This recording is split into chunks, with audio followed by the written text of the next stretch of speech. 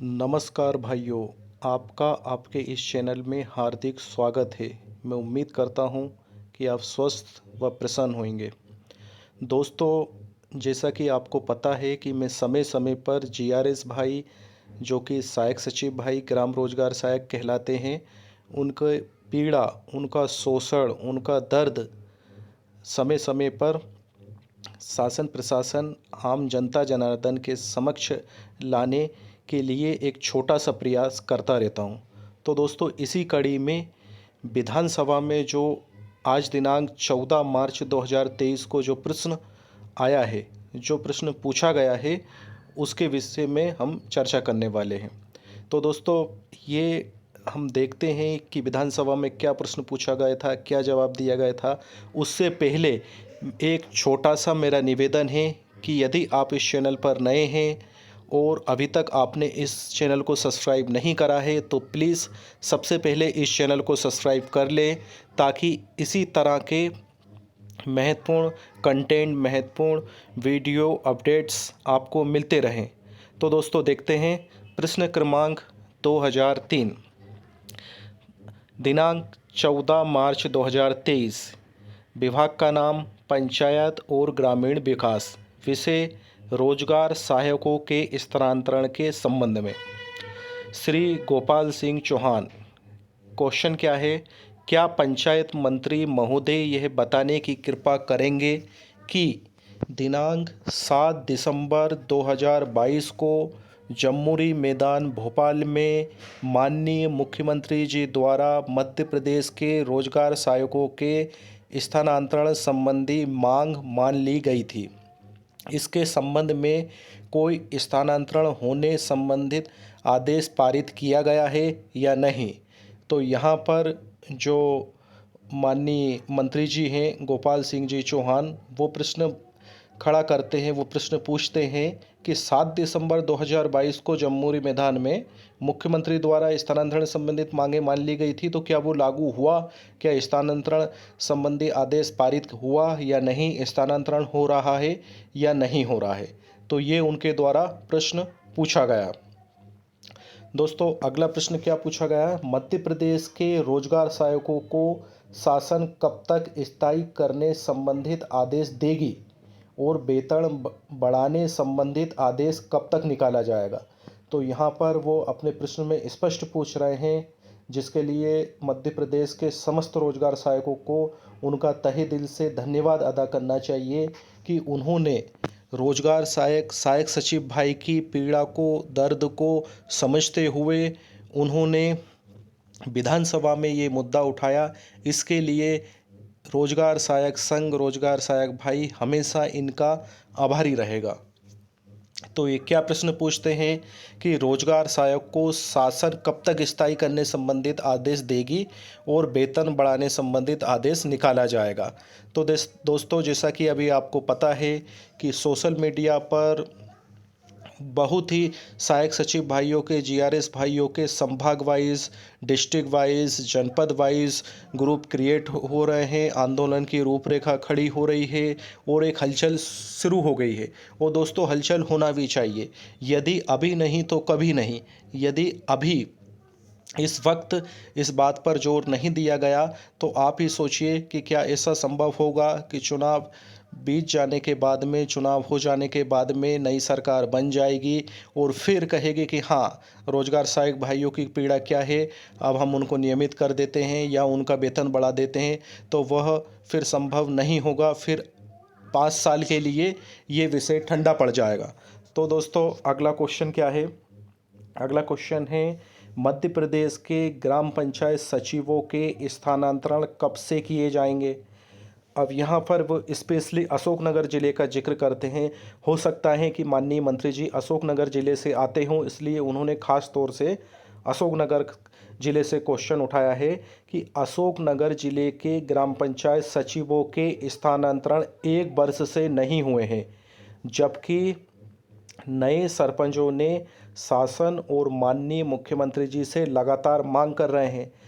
उनका कहना ये है कि 1 वर्ष से क्या, बल्कि यहाँ पर यदि सीहोर डिस्ट्रिक्ट या अदर डिस्ट्रिक्ट में देखा जाए तो 3 साल से अधिक समय हो गया है, लेकिन सचिव भाइयों का ट्रांसफ़र नहीं हुआ है। उस विषय में पूछ रहे हैं कि जिस पर मुख्यमंत्री जी ने आश्वस्त किया था, कब तक आदेश किए जाएंगे। नेक्स्ट क्वेश्चन क्या हो रहा है कि ग्राम पंचायतों के सचिवों को शासन कब तक 6वें 7वें वेतनमान का लाभ देगी एवं सचिवों की अनुकंपा नियुक्ति संबंधित कोई विचार शासन द्वारा किया जा रहा है, यदि हाँ तो क्या और नहीं तो क्यों नहीं। तो दोस्तों यहाँ पर इनका जवाब देखते हैं कि माननीय पंचायत मंत्री द्वारा क्या जवाब दिया गया। तो यहाँ पर पंचायत मंत्री श्री महेंद्र सिंह सिसोदिया द्वारा क्या जवाब दिया गया वो यहाँ पर दर्शाया गया है। तो का जवाब दिया गया है कि कार्यवाही प्रक्रियाधीन है, मतलब ये प्रोसेस चल रही है। तो अब इसमें का क्वेश्चन देखिएगा आप। का क्वेश्चन क्या था कि दिनांक 7 दिसंबर 2022 को जमूरी मैदान भोपाल में माननीय मुख्यमंत्री जो द्वारा मध्य प्रदेश के रोजगार सहायकों के स्थानांतरण संबंधित मांग मान ली गई थी। इस संबंध में कोई स्थानांतरण संबंधी आदेश पारित किया गया। तो यहाँ पर क्या, यहाँ पर पंचायत मंत्री जी द्वारा जवाब दिया गया है कि कार्यवाही प्रक्रियाधीन है। इसका मतलब ये है कि फाइल चल रही है, अभी ये लागू नहीं हुआ है। खा का आंसर क्या है, सेवा शर्तों एवं अनुबंध अनुसार प्रावधान नहीं। खा क्वेश्चन क्या था इनका कि मध्य प्रदेश के रोजगार सहायकों को शासन कब तक स्थायी करने संबंधित आदेश देगी और वेतन बढ़ाने संबंधित आदेश कब तक निकाला जाएगा। तो यहाँ पर माननीय पंचायत मंत्री स्पष्ट करते हैं कि सेवा शर्तों एवं अनुबंध के अनुसार कोई प्रावधान नहीं है। यहाँ पर उन्होंने स्पष्ट कर दिया है कि जो सेवा शर्त, जिस सेवा शर्त के तहत हमने जीआरएस सहायक सचिवों की भर्ती की थी, उसके तहत, उस अनुबंध, उस एग्रीमेंट के तहत इनको नियमित करने का कोई प्रावधान ही नहीं है।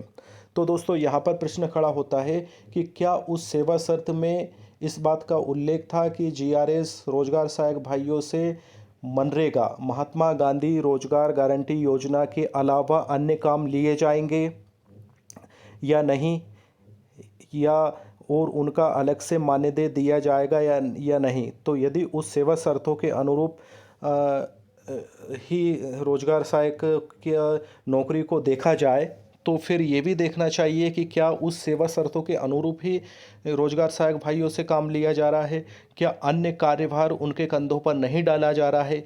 यदि अन्य विभागों का, केंद्र की समस्त योजनाओं का, प्रदेश की समस्त योजनाएं जो कि एक आम गरीब किसान को ध्यान में रखकर केंद्र सरकार और राज्य सरकार द्वारा बनाई जाती है, और वो अंततः आकर पंचायत विभाग पर टिक जाती है और पंचायत विभाग से जाकर सचिव और रोजगार सहायक सचिव के कंधों पर जाकर टिक जाती है, जिसका सफल क्रियान्वयन करने की जिम्मेदारी रोजगार सहायक जीआरएस भाई की होती है। तो उसमें मनरेगा का जो काम रहता है वह तो दरकिनार हो जाता है, और सहायक सचिव मेन जो उसका मुख्य कार्य है जिसके लिए उसकी भर्ती हुई है, उससे हटकर वो ये दूसरे तीसरे अन्य विभागों के काम करने लगता है। कभी कोरोना का टीका में मदद करने लगता है, तो कभी जो है उसको बूथ प्रभारी बना दिया जाता है, तो कभी पटवारी के साथ सर्वे करने लगता है, तो कभी आयुष्मान कार्ड बनाने लगता है, तो कभी अभी जो जैसे वर्तमान में लाडली बहना योजना चल रही है तो उसका क्रियान्वयन में लग जाता है। तो इस तरह से उसका जो सेवा शर्त और अनुबंध किसके लिए है, रोजगार गारंटी स्कीम के लिए है। लेकिन यहाँ पर रोजगार गारंटी स्कीम का वो देखा जा रहा है कि हाँ, उसके तहत इनको नियमित करने का प्रावधान नहीं है, लेकिन वह नहीं देखा जा रहा है कि इनकी सेवा शर्तों में यह भी नहीं है कि ये अन्य काम, अन्य विभागों के काम करेंगे, और उनका यदि करेंगे भी, इनसे यदि करवाया भी जाएगा तो उसका अलग से उनको कुछ दिया जाएगा या नहीं दिया जाएगा। तो क्या ये एक तरह का आर्थिक शोषण नहीं है क्या? ये आपके ऊपर निर्भर है, आपके बुद्धि के ऊपर निर्भर है। अगला क्वेश्चन क्या था, अगला क्वेश्चन का ये जवाब दे रहे हैं माननीय मंत्री जी। गा क्वेश्चन आप देखिएगा कि मध्य प्रदेश के ग्राम पंचायत सचिवों के स्थानांतरण कब से किए जाएंगे, ये वाला क्वेश्चन था जिसमें अशोकनगर का स्पेशली जिक्र किया गया था। तो यहाँ पर गा में क्या बता रहे हैं कि मध्य प्रदेश के ग्राम पंचायत सचिवों के स्थानांतरण करने हेतु समस्त जिलों को पत्र क्रमांक 14,551 दिनांक 30/9/2022 जारी किया गया था, जिसमें उन्हें स्थानांतरण किए जाने थे। और फिर यहाँ पर अशोकनगर का उन्होंने जिक्र किया है कि पंचायत सचिवों के स्थानांतरण हेतु तो पंचायत राज संचालनालय के पत्र क्रमांक दिनांक जारी किए गए और बाकी का शेष प्रश्न उपस्थित नहीं होता।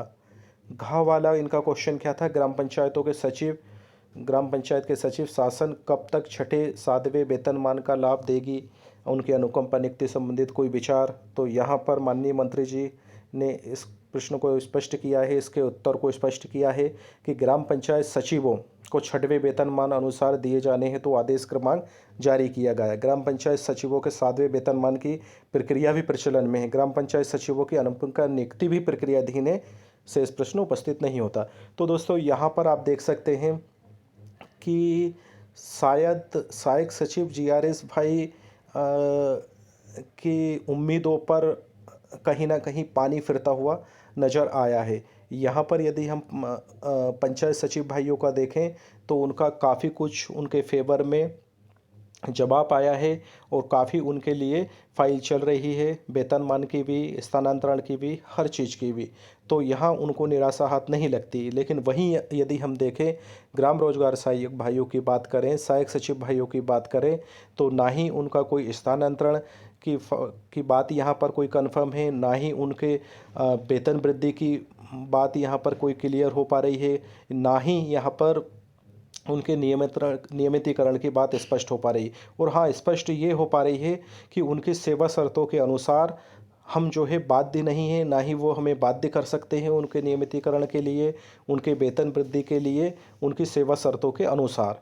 तो इसी तरह से एक जीआरएस भाई भी, जीआरएस संगठन भी, सहायक सचिव संगठन भी, रोजगार सहायक संगठन भी क्या ये बात रख सकता है कि हाँ माननीय, हम आपकी बात से सहमत हैं। तो सेवा शर्तों के अनुसार क्या हमें यदि अन्य विभागों के दायित्व सौंपे जाते हैं, अन्य विभागों की योजनाओं का सफल संचालन की जिम्मेदारी यदि सौंपी जाती है, तो क्या उसका अलग से हमें भुगतान होना चाहिए या नहीं होना चाहिए, या फिर ये 9,000 रुपये ही इसके लिए काफ़ी है। हमारी सम्मानजनक मानदेय वृद्धि होना चाहिए या नहीं होना चाहिए। क्यों? क्योंकि पिछले 7-8 सालों से 1 रुपया भी रोजगार सहायक की वृद्धि, मानदेय की वृद्धि नहीं हुई है। और क्या इस इतनी महंगाई के समय में एक सहायक सचिव, एक रोजगार सहायक भाई अपने परिवार का भरण पोषण करने में सक्षम है? क्या वह स्वयं की जेब से उसके गाड़ी में पेट्रोल जलाकर विभिन्न तरह के सर्वे, विभिन्न प्रकार के जियो टैग, विभिन्न प्रकार का डेटा कलेक्शन, डॉक्यूमेंट्स कलेक्शन, घर घर हितग्राहियों का यहाँ पर जाकर कागज लेना, समग्र आईडी संबंधित कार्य, अन्य कार्यों के लिए जनपद के चक्कर काटना, जनपद की मीटिंग में जाना, इस तरह से बहुत सारे कार्य होते हैं। उनके लिए क्या ये 300 रुपये पर्याप्त है?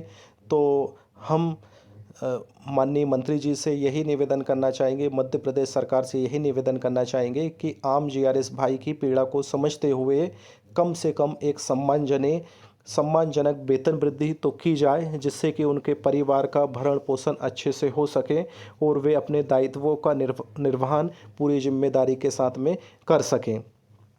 इसी उम्मीद, इसी आशा के साथ यह वीडियो यहीं समाप्त होता है।